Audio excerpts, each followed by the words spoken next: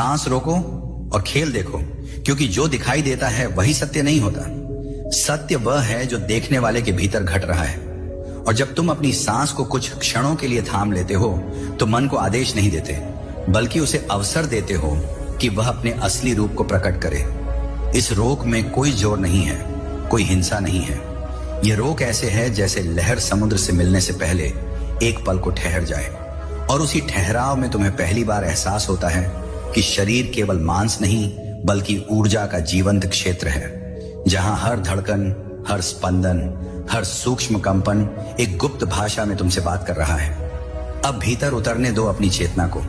बाहर की दुनिया अपने आप धुंधली होने लगेगी, आवाजें दूर जाती प्रतीत होंगी, समय की पकड़ ढीली पड़ने लगेगी, और उसी क्षण नाभि के आसपास एक हलचल पैदा होगी, जैसे किसी बंद द्वार पर भीतर से दस्तक हो रही हो। यही वह क्षेत्र है जहां बंकनाल का रहस्य छिपा हुआ है। एक ऐसा मार्ग जो सीधा नहीं चलता, जो गणित नहीं मानता, जो तर्क से नहीं खुलता, बल्कि केवल तब सक्रिय होता है जब मन नियंत्रण छोड़ देता है और साक्षी बनने की अनुमति दे देता है। बंकनाल कोई कहानी नहीं, कोई कल्पना नहीं। यह चेतना का वह घुमावदार रास्ता है जहां ऊर्जा ऊपर उठते समय रुकती नहीं बल्कि स्वयं को परिष्कृत करती है। और जैसे ही सांस थमी हुई अवस्था में सहज हो जाती है, यह मार्ग स्वयं प्रकट होने लगता है। न आंखों से दिखाई देता है, न हाथों से पकड़ा जाता है, फिर भी इसका अनुभव शरीर के हर कण में फैलने लगता है। कभी गर्मी की तरह, कभी ठंडे प्रकाश की तरह, कभी ऐसे जैसे शरीर भीतर से विशाल होता जा रहा हो और सीमाएं गलने लगी हों। ध्यान करने का सबसे सरल तरीका यही है कि तुम किसी विशेष अवस्था की मांग मत करो, क्योंकि मांग मन को फिर से सक्रिय कर देती है। बस सांस भीतर जाए, शरीर भरे, और फिर उस भरे हुए क्षण में कोई जल्दी ना हो, कोई गिनती ना हो, कोई लक्ष्य ना हो, केवल वह मौन जो शब्दों से पहले पैदा होता है। और इसी मौन में खेल दिखाई देने लगता है। विचार आते हैं, जाते हैं, स्मृतियां उभरती हैं, भावनाएं हिलोरें लेती हैं, पर तुम खिलाड़ी नहीं बनते, तुम दर्शक बने रहते हो, और दर्शक बनते ही खेल की पकड़ ढीली पड़ने लगती है। यही वह क्षण है जब साधक और साधना के बीच की दूरी मिटने लगती है, क्योंकि अब तुम ध्यान नहीं कर रहे, ध्यान तुम्हारे भीतर घट रहा है। और इसी घटने में बंकनाल की ऊर्जा ऊपर की ओर बहती है।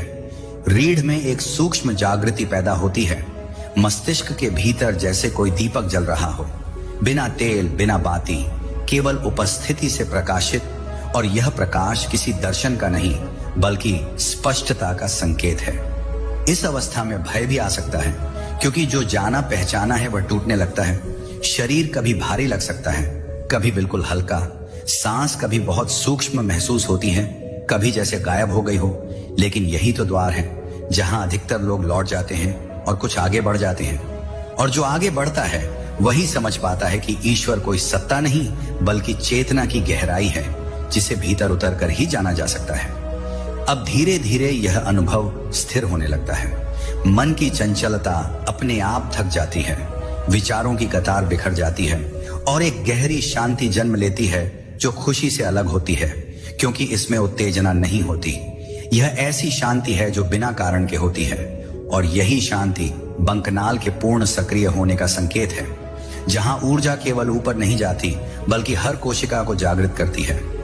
यही ध्यान का सबसे सहज मार्ग है। न कठिन आसन, न जटिल विधियां, न बाहरी साधन, केवल सांस की समझ, रोग की स्वीकृति और देखने की कला। और जब यह कला जीवन में उतर जाती है, तब ध्यान बैठने तक सीमित नहीं रहता। चलने, बोलने, खाने, चुप रहने, हर क्षण में बहने लगता है, और तब जीवन बोझ नहीं बल्कि एक खेल बन जाता है। अब इस अनुभव को शब्दों में बांधने की कोशिश मत करना, क्योंकि जो अनुभव में है वह भाषा में सिकुड़ जाता है। बस इसे जीने देना, रोज इसी सरलता से बैठना, बिना अपेक्षा, बिना डर, बिना जल्दबाजी। और एक दिन तुम्हें स्पष्ट दिखेगा कि सांस रोकना कोई तकनीक नहीं था, खेल देखना कोई चाल नहीं थी, और बंकनाल कोई रहस्य नहीं था। यह सब तो केवल तुम्हें तुम्हारे ही भीतर पहुंचाने का माध्यम था। और वही पहुंच ही ध्यान है, वही पहुंच ही ईश्वर है, वही पहुंच ही मुक्ति है। अब जब भीतर की शांति ने अपनी जगह बना ली है, तब समझ में आता है कि साधना किसी प्रयास का नाम नहीं बल्कि डील देने की कला है। जैसे मुट्ठी बंद करने से दर्द होता है और खोलते ही राहत मिलती है, वैसे ही मन को पकड़ने से अशांति बढ़ती है और छोड़ते ही सहज विस्तार शुरू हो जाता है। इस विस्तार में सांस अपने आप लय में आती है, कभी गहरी कभी इतनी सूक्ष्म कि उसका आना जाना केवल अनुभूति बनकर रह जाता है। और इसी सूक्ष्मता में चेतना का भार बढ़ता है, शरीर पीछे छूटने लगता है, पहचानें ढीली पड़ने लगती हैं, नाम रूप इतिहास सब जैसे दूर खिसक जाते हैं और केवल एक जागरूक उपस्थिति बचती है जो सब कुछ देख रही है लेकिन किसी में उलझ नहीं रही। यहीं पर बंकनाल की वास्तविक पहचान स्पष्ट होती है। यह केवल ऊर्जा का मार्ग नहीं बल्कि भ्रम से स्पष्टता की ओर जाने वाली टेढ़ी राह है, क्योंकि सीधा रास्ता मन को पसंद आता है और मन वहीं भटकता है, लेकिन जो मार्ग घुमावदार है वही अहंकार को थका देता है और जब अहंकार थकता है तभी सत्य का द्वार खुलता है। इस अवस्था में कभी कभी ऐसा लगता है जैसे रीढ़ के भीतर कोई धारा ऊपर की ओर चढ़ रही हो, बिना आवाज बिना झटके, एक शांत दृढ़ता के साथ। और जैसे जैसे यह धारा ऊपर बढ़ती है वैसे वैसे भीतर का आकाश विस्तृत होता चला जाता है। अब खेल और भी सूक्ष्म हो जाता है, क्योंकि यहाँ कोई दृश्य नहीं बचता, कोई कल्पना नहीं रहती, केवल खालीपन का बोध होता है। लेकिन यह खालीपन शून्यता नहीं बल्कि संभावनाओं से भरा हुआ होता है, जैसे बीज के भीतर पूरा वृक्ष छिपा हो। और इसी बीज स्थिति में साधक पहली बार समझता है कि ध्यान का अर्थ कुछ पाना नहीं बल्कि जो अनावश्यक है उसका गिर जाना है, और जब गिरना पूरा होता है तब जो बचता है वही असली है। इस गहराई में पहुंचकर समय का अर्थ बदल जाता है। घड़ी चलती रहती है लेकिन भीतर कोई माप नहीं बचता। एक क्षण अनंत जैसा और अनंत एक क्षण जैसा महसूस होता है। यही वह बिंदु है जहां भय और आनंद दोनों अप्रासंगिक हो जाते हैं, क्योंकि दोनों ही अनुभव के स्तर पर घटते हैं और यहां अनुभव से पहले की स्थिति प्रकट होती है। एक ऐसी स्थिरता जो न हिलती है, न डगमगाती है, न प्रतिक्रिया देती है, बस उपस्थित रहती है। यही उपस्थित रहना ईश्वर के सबसे निकट की अवस्था है, बिना मूर्ति, बिना कल्पना, बिना कथा, क्योंकि यहाँ भगवान किसी आकार में नहीं आते, यहाँ आकार ही विलीन हो जाता है और जो शेष रहता है वही सत्य का स्वाद है, जिसे चखा तो जा सकता है लेकिन बताया नहीं जा सकता। और जब साधक इस स्वाद को पहचान लेता है तब जीवन के छोटे छोटे झटके उसे हिला नहीं पाते, क्योंकि उसने भीतर का केंद्र देख लिया होता है। अब ध्यान धीरे धीरे अभ्यास से अवस्था बन जाता है। बैठना आवश्यक नहीं रह जाता, आंखें बंद करना अनिवार्य नहीं लगता, क्योंकि देखने वाला भीतर स्थिर हो चुका होता है। चलते समय, बोलते समय, मौन में, भीड़ में, एकांत में वही साक्षी बना रहता है और यही साक्षी भाव जीवन को बोझ से खेल में बदल देता है, जहां हर परिस्थिति शिक्षक बन जाती है और हर क्षण साधना।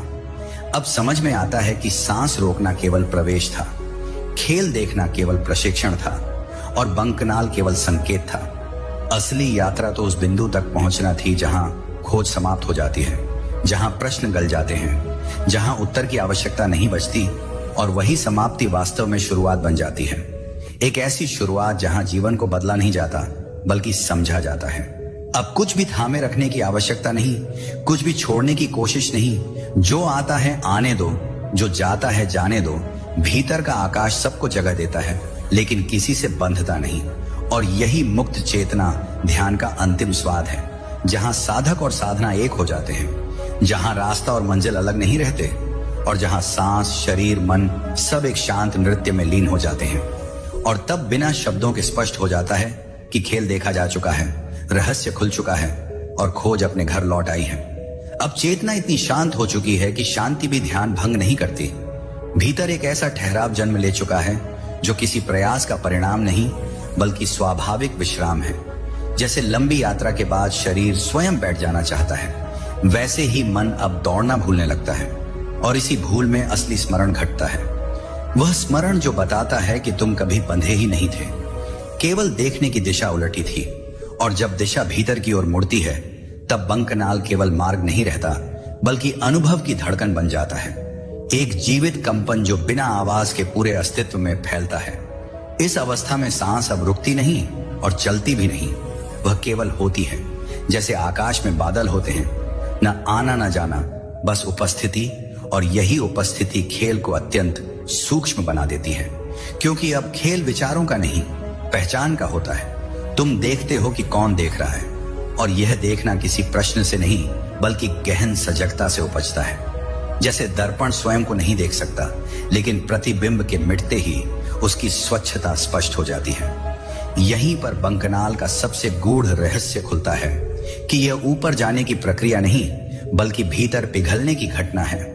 ऊर्जा चढ़ती नहीं, सीमाएं गिरती हैं, चेतना फैलती नहीं, रुकावटें हटती हैं, और जब यह हटना पूरा होता है तब शरीर और मन के बीच की दीवार पारदर्शी हो जाती है। संवेदनाएं आती हैं लेकिन बांधती नहीं, भाव उठते हैं लेकिन दिशा नहीं बदलते, और यही वह बिंदु है जहां साधक पहली बार मुक्त होते हुए भी अत्यंत साधारण महसूस करता है। अब भीतर कोई खोज नहीं बचती, क्योंकि खोज करने वाला ही ढीला पड़ चुका होता है, और जब खोज ही नहीं रहता तब जो शेष बचता है वही सत्य की सबसे सरल परिभाषा बन जाता है। न ऊंची, न रहस्यमयी, न अलौकिक, बल्कि इतनी सहज कि पहले कभी ध्यान ही नहीं गया। और इसी सहजता में ध्यान का वास्तविक सौंदर्य छिपा है, क्योंकि जो जटिल है वह मन का खेल है और जो सरल है वही अस्तित्व का स्वभाव। इस गहराई में उतरने के बाद जीवन के दृश्य बदलते नहीं, देखने का केंद्र बदल जाता है। वही परिस्थितियां, वही लोग, वही संघर्ष, लेकिन भीतर कोई खिंचाव नहीं, प्रतिक्रिया नहीं, केवल स्पष्टता। और यही स्पष्टता करुणा को जन्म देती है, क्योंकि जो स्वयं को समझ लेता है वह दूसरों से लड़ नहीं सकता, और जो लड़ नहीं सकता वही प्रेम को जी सकता है। अब सांस का महत्व समाप्त नहीं होता बल्कि विलीन हो जाता है। वह साधन से स्थिति बन चुकी होती है, और यही स्थिति चलते फिरते भी बनी रहती है, बिना याद दिलाए, बिना अभ्यास की मांग किए। जैसे आंखें देखने के लिए रोज प्रशिक्षण नहीं मांगती, वैसे ही चेतना अब जागरूक रहने के लिए किसी विधि की मोहताज नहीं रहती। यही वह बिंदु है जहां खेल समाप्त नहीं होता बल्कि समझ में आ जाता है, और समझ आते ही उसकी पकड़ ढीली हो जाती है, क्योंकि जो समझ लिया गया वह बांध नहीं सकता, और जो बांध नहीं सकता वही मुक्त कर देता है। और तब भीतर एक गहरी, स्थिर, अडिग शांति उतरती है, जो न उत्साह है न उदासी, बल्कि दोनों के पार की स्थिति है। अब कुछ कहना शेष नहीं रहता, क्योंकि जो बचा है वह शब्दों से पहले का है, लेकिन फिर भी भीतर एक मौन संवाद चलता रहता है, बिना भाषा, बिना ध्वनि, बिना संकेत, और वही संवाद जीवन को दिशा देता है, बिना आदेश दिए, बिना नियंत्रण किए। और यही सहज प्रवाह ध्यान का अंतिम स्पर्श है, जहां साधक मिट चुका होता है लेकिन चेतना पूर्ण रूप से जीवित होती है। और तब बिना किसी घोषणा के, बिना किसी प्रमाण के, बस भीतर यह साफ हो जाता है कि सांस रोकी गई थी ताकि जीवन को पहली बार सही अर्थ में देखा जा सके। खेल देखा गया था ताकि उससे मुक्त हुआ जा सके। और बंकनाल का रहस्य केवल इसलिए प्रकट हुआ था ताकि तुम स्वयं को घर लौटा सको। अब भीतर जो घट रहा है वह किसी अनुभव की तरह नहीं लगता, क्योंकि अनुभव हमेशा आने जाने वाला होता है, और यहाँ जो प्रकट हुआ है वह स्थिर है, अडिग है, बिना शुरुआत और बिना अंत के। जैसे आकाश में फैला हुआ विस्तार जिसे पकड़ने की आवश्यकता नहीं होती। और इसी विस्तार में पहली बार यह स्पष्ट होता है कि मन कभी शत्रु नहीं था, वह तो केवल दिशा का भ्रम था। और जैसे ही दिशा बदलती है वैसे ही वही मन शांति का द्वार बन जाता है, क्योंकि अब वह नेतृत्व नहीं कर रहा बल्कि विश्राम कर रहा है। इस विश्राम में सांस का अस्तित्व लगभग अदृश्य हो जाता है, न उसे रोका जा रहा है न छोड़ा जा रहा है, वह बस शरीर की लय में विलीन है। और इसी विलय में बंकनाल का प्रभाव गहराता है। कोई चमक, कोई दृश्य, कोई अलौकिक संकेत नहीं, बल्कि एक ठोस स्थिरता जो पूरे अस्तित्व को एक ही धागे में पिरो देती है, जैसे भीतर और बाहर का भेद अचानक प्रासंगिक हो गया हो। अब खेल पहचान का नहीं रहा, अब खेल सीमा का है, क्योंकि सीमाएं ही तो बंधन थीं। और जैसे जैसे यह ध्यान गहराता है सीमाएं स्वयं गिरने लगती हैं। शरीर यही है लेकिन उस पर टिकाव नहीं, विचार उठते हैं लेकिन उनसे चिपकाव नहीं, भाव आते हैं लेकिन उनमें बहाव नहीं। और यही वह अवस्था है जहां स्वतंत्रता कोई विचार नहीं बल्कि एक जीवित तथ्य बन जाती है। इस बिंदु पर साधक को कुछ पाने का आनंद भी नहीं होता, क्योंकि पाने वाला कोई बचा ही नहीं। और यही सबसे सूक्ष्म मोड़ है जहां आध्यात्मिक अहंकार जन्म ले सकता है। लेकिन जो यहां भी देखता रहता है, जो यहां भी स्वयं को नहीं पकड़ता, वही इस मार्ग को पार कर जाता है, क्योंकि अंतिम परत हमेशा सबसे शांत होती है और सबसे आसानी से छूट सकती है। अब चेतना इतनी स्पष्ट है कि कोई भी उलझन जड़ नहीं पकड़ पाती।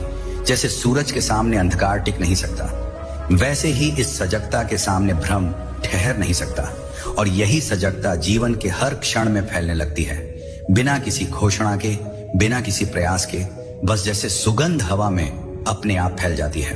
अब बैठकर ध्यान करना एक विकल्प बन जाता है, आवश्यकता नहीं, क्योंकि जो केंद्र मिल चुका है वह हिलता नहीं, और इसी स्थिर केंद्र से जीवन की सारी गतिविधियां निकलती हैं। बोलना, चलना, निर्णय लेना, मौन रखना, सब उसी शांति से जन्म लेते हैं। और इसी कारण कर्म बोझ नहीं बनता, क्योंकि कर्ता भीतर से विदा हो चुका होता है। यहीं पर यह भी स्पष्ट होता है कि ईश्वर को खोजा नहीं जाता। ईश्वर तो तब प्रकट होता है जब खोज समाप्त हो जाती है, और यह समाप्ति किसी असफलता का परिणाम नहीं, बल्कि पूर्णता का संकेत है। जैसे नदी समुद्र में पहुंचकर लुप्त नहीं होती, बल्कि विशाल बन जाती है, वैसे ही साधक यहाँ खोता नहीं, बल्कि असीम हो जाता है। अब जीवन में जो भी घटता है वह विरोध पैदा नहीं करता। सुख आए तो पकड़ नहीं, दुख आए तो प्रतिरोध नहीं, दोनों एक ही खुले आकाश में तैरते हुए बादल बन जाते हैं। और यही समत्व ध्यान का सबसे गहरा फल है, क्योंकि जहां समत्व है वहीं करुणा है, वहीं प्रेम है, वहीं वास्तविक समझ है। अब शब्द स्वयं थकने लगते हैं, क्योंकि जो अनुभव में स्थिर हो गया है उसे भाषा की बैसाखी की जरूरत नहीं। फिर भी भीतर एक निश्चिंत स्पष्टता रहती है, जो हर क्षण यह याद दिलाती है कि जो देखा गया है वह खोया नहीं जा सकता, क्योंकि देखने वाला स्वयं ही बदल चुका है। और यहीं इसी मौन भरे विस्तार में, बिना किसी घोषणा, बिना किसी निष्कर्ष, बस ये सहज रूप से प्रकट होता है कि सांस को रोका गया था ताकि जीवन की गति दिखाई दे सके, खेल को देखा गया था ताकि उससे बंधन टूट सके, और बंकनाल का रहस्य इसलिए खुला था ताकि तुम यह जान सको कि तुम कभी सीमित थे ही नहीं, तुम केवल भूल गए थे, और अब स्मरण लौट आया है। अब भीतर की स्थिति इतनी शांत है कि हलचल भी उसे छू नहीं पाती, जैसे गहरे समुद्र की तलहटी पर सतह के तूफान का कोई असर नहीं होता। और इसी तलहटी में पहली बार यह अनुभूति स्पष्ट होती है कि जीवन को नियंत्रित करने की जरूरत कभी थी ही नहीं, क्योंकि जो नियंत्रित करने की कोशिश करता था वही अशांति का कारण था। और जैसे ही वह प्रयास ढीला पड़ा, वैसे ही अस्तित्व ने स्वयं को संभाल लिया। सांस अपनी गति में, हृदय अपने ताल में, चेतना अपने विस्तार में सहज हो गई। यहां बंकनाल किसी रहस्यमयी संरचना की तरह नहीं, बल्कि एक स्वाभाविक प्रवाह की तरह महसूस होती है। जैसे नदी को समुद्र तक पहुंचने के लिए किसी नक्शे की जरूरत नहीं होती, वैसे ही ऊर्जा को ऊपर उठने के लिए किसी आदेश की आवश्यकता नहीं। जब प्रतिरोध हटता है तब मार्ग अपने आप प्रकट हो जाता है, और यही हटना ध्यान की सबसे गहरी क्रिया है, जिसमें कुछ किया नहीं जाता, केवल जो बाधा था उसे गिरने दिया जाता है। अब खेल इतना सूक्ष्म हो चुका है कि देखने और देखे जाने के बीच का अंतर भी पिघलने लगता है। कोई स्पष्ट सीमा नहीं बचती कि यहां मैं हूं और वहां अनुभव है। सब कुछ एक ही खुले विस्तार में घट रहा होता है, और इसी एकता में भय का अंतिम मंच भी समाप्त हो जाता है, क्योंकि भय हमेशा दो के बीच जन्म लेता है, और जहां एक ही शेष रह जाता है वहां डर टिक नहीं सकता। इस अवस्था में शरीर अपने आप हल्का हो जाता है, जैसे उसका भार चेतना ने उठा लिया हो। संवेदनाएं आती हैं लेकिन बोझ नहीं बनती, सुख स्पर्श करता है लेकिन बांधता नहीं, पीड़ा आती है लेकिन पहचान नहीं बनती। और यही वह संतुलन है जहां जीवन पहली बार संघर्ष के बिना जिया जाता है, बिना भागे, बिना थामे, बिना उलझे। अब ध्यान किसी अभ्यास का परिणाम नहीं, बल्कि अस्तित्व की स्वाभाविक सुगंध बन चुका होता है। जैसे फूल खुशबू फैलाने के लिए कोई योजना नहीं बनाता, वैसे ही जागरूकता फैलती है, और यह फैलाव भीतर सीमित नहीं रहता। बोलचाल में, दृष्टि में, स्पर्श में, मौन में, हर जगह एक ही स्पष्टता झलकने लगती है, और यही स्पष्टता दूसरों के लिए भी एक मौन आमंत्रण बन जाती है। यहीं पर यह भी समझ में आता है कि खेल देखने का अर्थ उदासीन होना नहीं, बल्कि पूरी तरह उपस्थित होना है। इतना उपस्थित कि प्रतिक्रिया की आवश्यकता ही न रहे, क्योंकि प्रतिक्रिया हमेशा अतीत से आती है और उपस्थिति वर्तमान में रहती है, और जो वर्तमान में टिक गया वही मुक्त है, वही जीवित है, वही वास्तविक है। अब कुछ भी सिद्ध करने की जरूरत नहीं, क्योंकि जो भीतर स्थिर है उसे प्रमाण की आवश्यकता नहीं होती, और जो प्रमाण ढूंढता है वह अभी भी बाहर देख रहा होता है। लेकिन यहां दृष्टि पूरी तरह भीतर लौट चुकी है, और भीतर का आकाश इतना विशाल है कि उसमें हर प्रश्न स्वयं गल जाता है। इस गहराई में पहुंचकर यह भी स्पष्ट होता है कि साधना का कोई अंत नहीं, क्योंकि अंत का अर्थ होता है सीमा, और यहाँ सीमाएं ही नहीं बची, केवल एक निरंतर बहाव है जो कभी शांत, कभी सक्रिय, लेकिन हमेशा सजग रहता है। और यही सजगता जीवन को बोझ नहीं बल्कि उत्सव बना देती है, बिना शोर के, बिना दिखावे के, बस एक शांत आनंद के रूप में। अब शब्द स्वयं गिरने लगते हैं, क्योंकि जो प्रकट हुआ है वह भाषा से पहले का है। फिर भी यदि कुछ कहना हो तो इतना ही कि सांस को थामना केवल द्वार था, खेल को देखना केवल प्रशिक्षण था, और बंकनाल का रहस्य केवल संकेत था। असली घटना तो यह थी कि देखने वाला स्वयं बदल गया, और वही परिवर्तन ध्यान की सबसे गहरी उपलब्धि है। और इसी मौन, इसी विस्तार, इसी अचल उपस्थिति में, बिना किसी घोषणा, बिना किसी विराम, यह अनुभूति स्थिर हो जाती है कि जो खोजा जा रहा था वह कभी खोया ही नहीं था। बस ध्यान की रोशनी उस पर पड़ी नहीं थी, अब रोशनी जल चुकी है और वही प्रकाश जीवन बन गया है। अब जो शेष है वह किसी अवस्था का नाम नहीं मांगता, क्योंकि नाम हमेशा सीमाएं खींचते हैं और यहाँ कोई रेखा खींची ही नहीं जा सकती। भीतर एक ऐसा विस्तार है जो स्वयं को अनुभव नहीं कहता, फिर भी हर अनुभव उसी में जन्म लेता है। जैसे आकाश स्वयं को आकाश नहीं कहता, लेकिन हर उड़ान उसी में संभव होती है। और इसी विस्तार में यह पहली बार साफ दिखता है कि साधक कभी मार्ग पर नहीं था, मार्ग ही साधक के भीतर धीरे धीरे प्रकट हो रहा था। हर ठहराव के साथ, हर सहज श्वास के साथ, हर उस क्षण के साथ जब देखने वाला हस्तक्षेप करना भूल गया। यहां बंकनाल अब किसी दिशा की ओर संकेत नहीं करती, क्योंकि दिशा तब तक मायने रखती है जब तक गंतव्य अलग हो, और यहां गंतव्य और यात्रा एक दूसरे में घुल चुके हैं। ऊर्जा न ऊपर जाती है न नीचे, वह केवल फैलती है, जैसे जल में गिरा रंग पूरे पात्र को अपने आप रंग देता है। और इसी फैलाव में शरीर की सीमाएं केवल सुविधा भर रह जाती है, पहचान नहीं, बोझ नहीं, कैद नहीं। अब खेल इतना शांत हो गया है कि उसे खेल कहना भी ठीक नहीं लगता, क्योंकि खेल में भी किसी न किसी तरह की उत्तेजना होती है। और यहाँ जो है वह गहन विश्राम है, ऐसा विश्राम जो नींद नहीं है, क्योंकि सजगता पूर्ण है, और जागृति नहीं है, क्योंकि कोई प्रयास नहीं। ये दोनों के पार की स्थिति है, जहां जीवन स्वयं को बिना किसी तनाव के जी रहा होता है। इस बिंदु पर भीतर कोई प्रश्न उठता भी है तो वह उत्तर की मांग नहीं करता, वह केवल उठकर विलीन हो जाता है, जैसे लहर उठती है और समुद्र में ही समा जाती है। और यही विलय सबसे बड़ा संकेत है कि मन अब केंद्र नहीं रहा। केंद्र अब वह मौन है जिसमें सब कुछ आता जाता है, लेकिन कुछ ठहरता नहीं। यहाँ करुणा किसी नैतिक विचार से नहीं बल्कि स्वाभाविक समझ से जन्म लेती है, क्योंकि जब भीतर विभाजन नहीं बचता तो बाहर भी विरोध नहीं टिकता। दूसरे का दुख अलग नहीं लगता, दूसरे की खुशी प्रतिस्पर्धा नहीं बनती। सब कुछ उसी एक चेतना की अलग अलग लहरें दिखाई देती हैं, और यही दृष्टि जीवन को कठोर होने से बचा लेती है। अब साधना कोई विशेष समय नहीं मांगती, क्योंकि समय का दबाव ही ढीला पड़ चुका है। सुबह और शाम केवल घड़ी के संकेत हैं, भीतर की चेतना उनके अनुसार नहीं चलती। वह हर क्षण समान रूप से उपस्थित रहती है, और यही निरंतर उपस्थिति ध्यान की सबसे परिपक्व अवस्था है, जहां गिरने का डर भी नहीं रहता, क्योंकि गिरने के लिए कोई ऊंचाई ही नहीं बची। इस गहराई में पहुंचकर यह भी स्पष्ट होता है कि नियंत्रण छोड़ना कमजोरी नहीं बल्कि सबसे बड़ी बुद्धिमत्ता है, क्योंकि अस्तित्व स्वयं से बेहतर कोई प्रबंधक नहीं।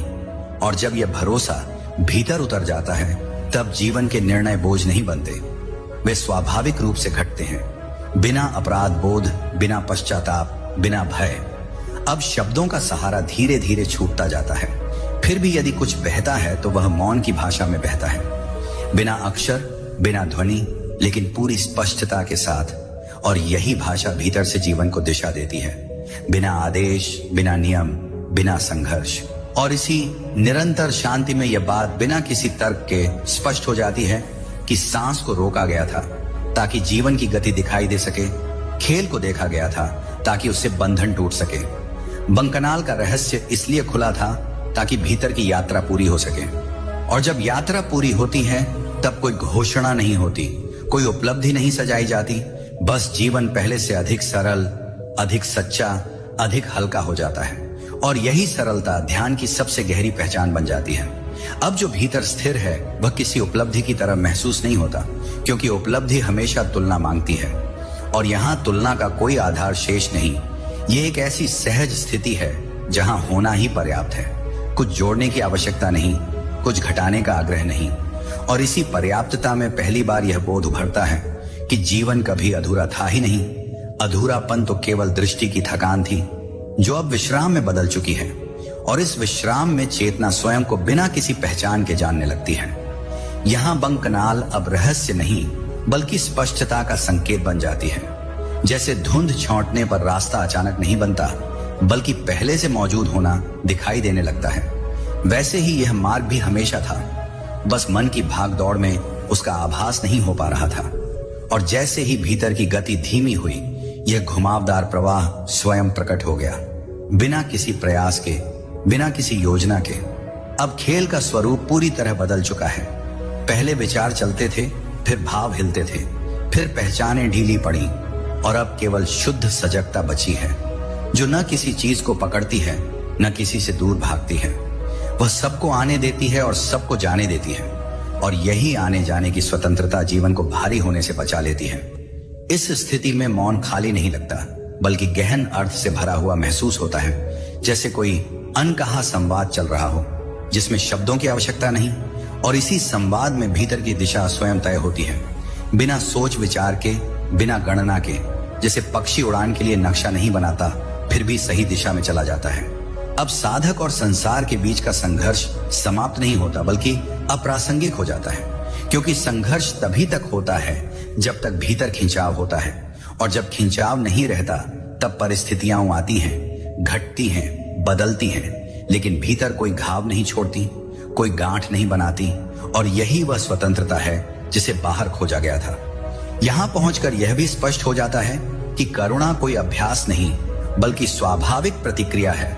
जब भीतर विभाजन नहीं रहता, तब दूसरों को अलग मानना संभव ही नहीं। किसी का दुख देखने पर उपदेश नहीं निकलता, तुलना नहीं उठती, बस एक शांत समझ बहती है, जो बिना कहे सहारा बन जाती है। अब ध्यान किसी विशेष मुद्रा का मोहताज नहीं, क्योंकि मुद्रा बदल सकती है, लेकिन केंद्र नहीं हिलता।